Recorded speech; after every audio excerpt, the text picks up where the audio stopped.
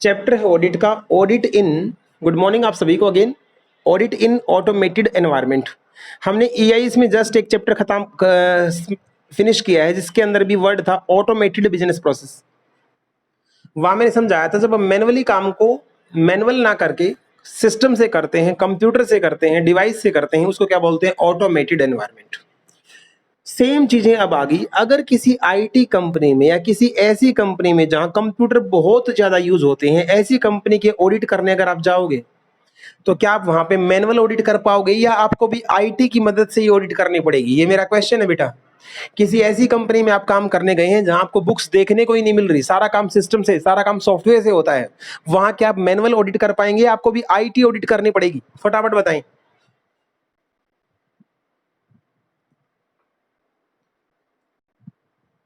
क्या आप वहां पे मैनुअल ऑडिट कर सकते हैं?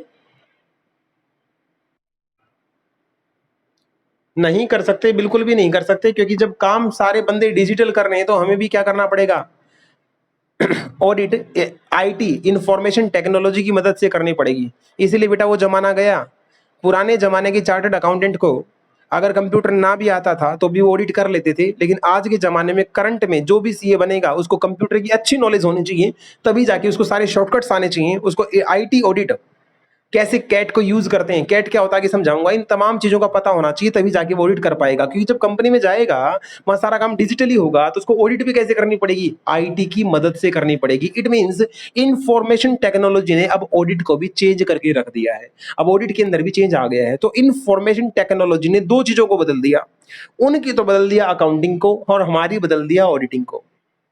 अकाउंटिंग के अंदर चेंज आ गया, वो अकाउंटिंग मैनुअल से डिजिटल हो गए, तो हम भी ऑडिटिंग पे चेंज आ गया, हम भी कैसे हो गए, मैनुअल से डिजिटल हो गए। चलिएगा, सबसे पहले समझते हैं एक डेफिनेशन, ऑटोमेटेड एनवायरनमेंट होता क्या है। ऑटोमेटेड एनवायरनमेंट क्या होता क्या है, तो इसकी डेफिनेशन याद कर लो।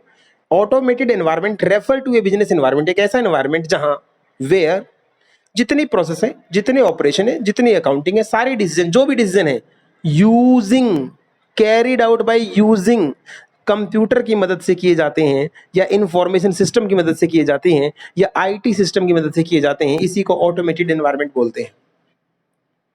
ऑटोमेटेड एनवायरनमेंट रेफर टू एक ऐसा बिजनेस एनवायरनमेंट जहां पे सारी प्रोसेस, सारे ऑपरेशन, सारी अकाउंटिंग, सारी डिसीजन मेकिंग, सब कुछ कैरिड आउट बाय या तो कंप्यूटर से किया जाता है या इंफॉर्मेशन सिस्टम से किया जाता है या इंफॉर्मेशन टेक्नोलॉजी की मदद से किया जाता है। ऐसे एनवायरनमेंट को ऑटोमेटेड एनवायरनमेंट बोला जाता है। अल्टीमेटली मैं क्या कहना चाहता हूं, मैनुअल इंटरवेंशन अब आज के बाद कम से कम होगा और सिस्टम ड्रिवन काम होगा।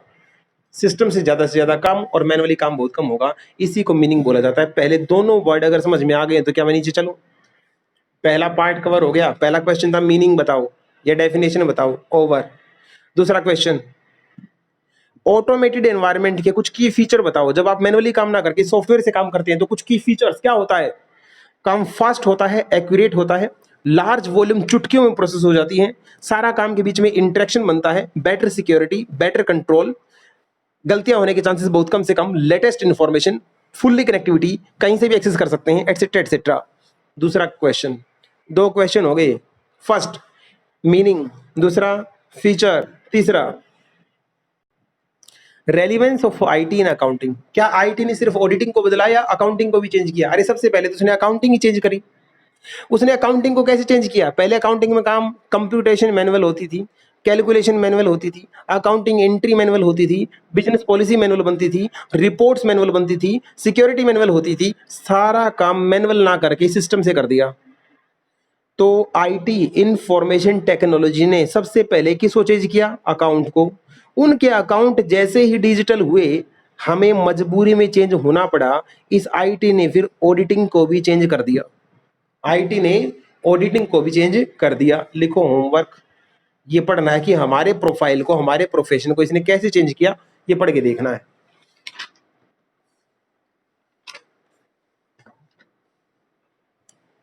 अब कोई बच्चा जिसको बिल्कुल नहीं आता कंप्यूटर चलाना, बिल्कुल नहीं आते सॉफ्टवेयर यूज करने, क्या आगे उसका काम चल जाएगा? नहीं चलेगा, क्योंकि आगे आगे ऑडिट आईटी की मदद से ही करनी पड़ेगी।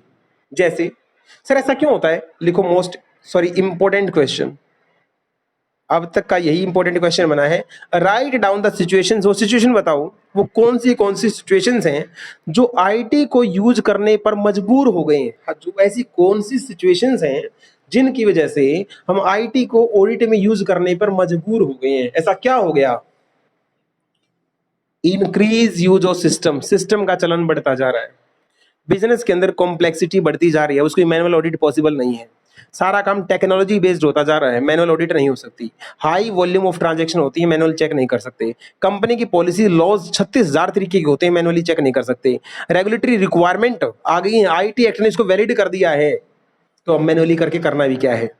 स्टैंडर्ड्स ऑफ ऑडिटिंग 315 कहता है सिस्टम से अगर काम हो रहा है तो तुम्हें सिस्टम के थ्रू ही ऑडिट करनी पड़ेगी। ये सारी वो सिचुएशंस हैं जो हमें मजबूर कर देती हैं कि हमें भी ऑडिट कैसे करना पड़ेगा, आईटी की मदद से करना पड़ेगा। ये क्वेश्चन इंपॉर्टेंट था, इसको करके चलना साथ के साथ। ये चारों क्वेश्चन यहां लिख के दे दिए। आगे मैं हमेशा आपको एक बात बोलता हूं बेटे, इस पॉइंट को पढ़ के ही आंसर पता कर लिया करो। जिसको ये क्वेश्चन पढ़ के यहां से इतना पढ़ के आंसर समझ में नहीं आ रहा, उसका ऑडिट का पेपर पास नहीं होगा। आप मेरे से बुरा माने चाहे भला माने, आपको मैं गंदा लग सकता हूं, लेकिन ये पढ़ते ही दिमाग लगा देना है। अंडरस्टैंडिंग ऑफ ऑटोमेटेड एनवायरनमेंट, किसी कंपनी के कंप्यूटराइज एनवायरनमेंट को अगर आपको अंडरस्टैंड करना हो तो तुम क्या करोगे? यार हद है, कोई क्वेश्चन थोड़ी ना है। किसी की कंपनी के इंफ्रास्ट्रक्चर को समझना है, किसको? आईटी इंफ्रा को, तो क्या करना पड़ेगा? उसने कौन सी एप्लीकेशन ऐप यूज करता है, उसका आईटी इंफ्रास्ट्रक्चर में कौन से कंप्यूटर लगे हुए हैं, उसका ऑर्गेनाइजेशन का स्ट्रक्चर कैसा है, उसकी पब्लिक पॉलिसी प्रोसीजर, सारी चीजें मैं रीड कर लूंगा, उसकी आईटी जो टेक्नोलॉजी यूज कर रहा है उसमें कौन से रिस्क, कौन सी कंट्रोल, ये सारी चीज पढ़ने के बाद मुझे उसके बिजनेस की क्या आ जाएगी? नॉलेज आ जाएगी। क्वेश्चन था ये भी question, how to understanding the automated environment, how to understanding the automated environment. Next question,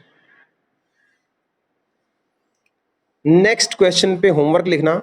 question बता देता हूं, जब आप किसी बिजनेस को अंडरस्टैंड करो तो किन बातों का ध्यान रखोगे? जब आप किसी के ऑटोमेटेड ऑडिट एनवायरनमेंट को समझो, सॉरी ऑटोमेटेड एनवायरनमेंट को समझो, तो किन किन बातों को आप ध्यान में रखोगे, कंसीडर करोगे? अरे यार मैं ही करवा देता हूं, चलो। जो सिस्टम उन्होंने लगा रखा उसको कंसीडर करेंगे। सिस्टम का पर्पज क्या है, कहां कहां पे कौन सी जगह सिस्टम रखे हुए हैं, उनका आर्किटेक्चर क्या है, डेस्कटॉप है, क्लाइंट सर्वर है, वन फैट क्लाइंट है, थिन क्लाइंट है, क्लाउड बेस्ड है। सर ये cloud, client, server, desktop, notebook, ये तो आपने हमें ईआईएस में पढ़ाया है। ईआईएस का जो चैप्टर चल रहा है, इन हाउस काम कर रहे हैं या आउटसोर्स करके काम कर रहे हैं, आउटसोर्स के काम कर रहे हैं, की पर्सन कौन है, तमाम चीजों को हम समझ लेंगे। इनको समझते ही हमें उनकी बिजनेस की क्या आ जाएगी, अंडरस्टैंडिंग आ जाएगी। हाँ, जितनी अंडरस्टैंडिंग आती जाएगी उसको डॉक्यूमेंटाइज कर लेंगे, लिख लेंगे, नहीं तो हम भूल जाएंगे। चौथी बार ये क्वेश्चन रिपीट हुआ है, चौथी बार। ऑडिट में ही पहले आ चुका, 2 बार ये इसमें आ चुका, फिर से आईटी ने कुछ स्पेशल रिस्क दिए हैं, किसको? एंटिटी इंटरनल कंट्रोल को। वो रिस्क कौन से? हम भरोसा कर लेते हैं उन सिस्टम पे जो इनएक्यूरेटली प्रोसेसिंग करते हैं, unauthorise unauthorise unauthorise unauthorise manual intervention. अब अपना माइक अनम्यूट करके मेरे को बताओ, क्या ये क्वेश्चन हमने पढ़ लिया क्या?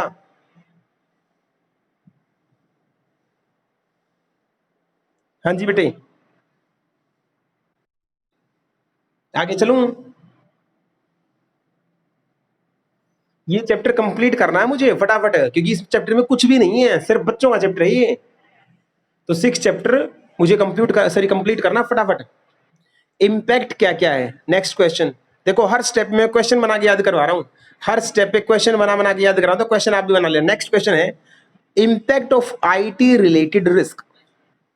भाई आईटी की वजह से, जैसे हमने ऊपर पढ़े, आईटी की वजह से इतने रिस्क आ गए, उन सभी रिस्क को मिटिगेट नहीं किया जा सकता, उन रिस्क को पूरा नहीं किया जा सकता, उस रिस्क को खत्म नहीं किया जा सकता। क्या इस बात का कुछ फर्क पड़ेगा? बिल्कुल पड़ेगा। आईटी रिस्क की वजह से ऑडिटर चौकन्ना हो जाएगा, चौकन्ना। चौकन्ने का मतलब क्या है? अब वो विश्वास नहीं करेगा, विश्वास नहीं करेगा। कैसे? अब वो सिस्टम से जो भी डेटा निकलेगा उसको खुद वेरीफाई करेगा, नॉन रिलायंस उसके ऊपर विश्वास नहीं करेगा, उसको ज्यादा एविडेंसेस लेने पड़ेंगे। अरे जब भी कुछ उल्टा हो ना, जब भी रिस्क बढ़ेंगे तो काम क्या करना पड़ेगा? ज्यादा करना पड़ेगा। अब वो कंपनी के कंट्रोल पे विश्वास नहीं करेगा, नॉन रिलायंस उन पे विश्वास नहीं करेगा, आईटी कंट्रोल पे विश्वास नहीं करेगा, अपनी चेकिंग बढ़ा देगा, ज्यादा एविडेंस लेगा, ज्यादा टेस्ट ऑडिट करेगा। रिपोर्टिंग पे क्या, पहले रिपोर्टिंग कम करनी पड़ती थी, लेकिन आईटी के जैसे रिस्क बढ़ गए तो ज्यादा रिपोर्टिंग होगी, टीसीडब्ल्यूजी से बार बार मिलना पड़ेगा, मल्टीप्लाई मॉडिफाइड ऑडिट रिपोर्ट जारी करनी पड़ेंगी। ये इंपैक्ट था रिस्क का। इंपैक्ट किसके ऊपर, ऑडिट के ऊपर मुझे काम ज्यादा करना पड़ेगा, कंट्रोल के ऊपर मुझे विश्वास करना नहीं है, रिपोर्टिंग मुझे ज्यादा करनी पड़ेगी। ओवर, यहां लिखो cover in IS, in EIS. EIS में जस्ट फर्स्ट चैप्टर में खत्म करवाया था। टाइप ऑफ कंट्रोल, दो टाइप के कंट्रोल होते हैं, जनरल कंट्रोल और एप्लीकेशन कंट्रोल। जो वहां पढ़ ली उनको दोबारा यहां देखना भी नहीं है, वही वाले सफिशिएंट है। वहां कितने सारे जनरल कंट्रोल आपने किए थे, पॉलिसी बनानी पड़ती है, सेग्रीगेशन करना पड़ता है, एटसेट्रा एटसेट्रा। क्या ये क्वेश्चन आया था, कोई बच्चा अनम्यूट करके बताए कि कॉमन क्लासिफिकेशन ऑफ कंट्रोल कितने तरीके का होता है? वर्ड था वहां पे कॉमन क्लासिफिकेशन, फटाफट बताओ।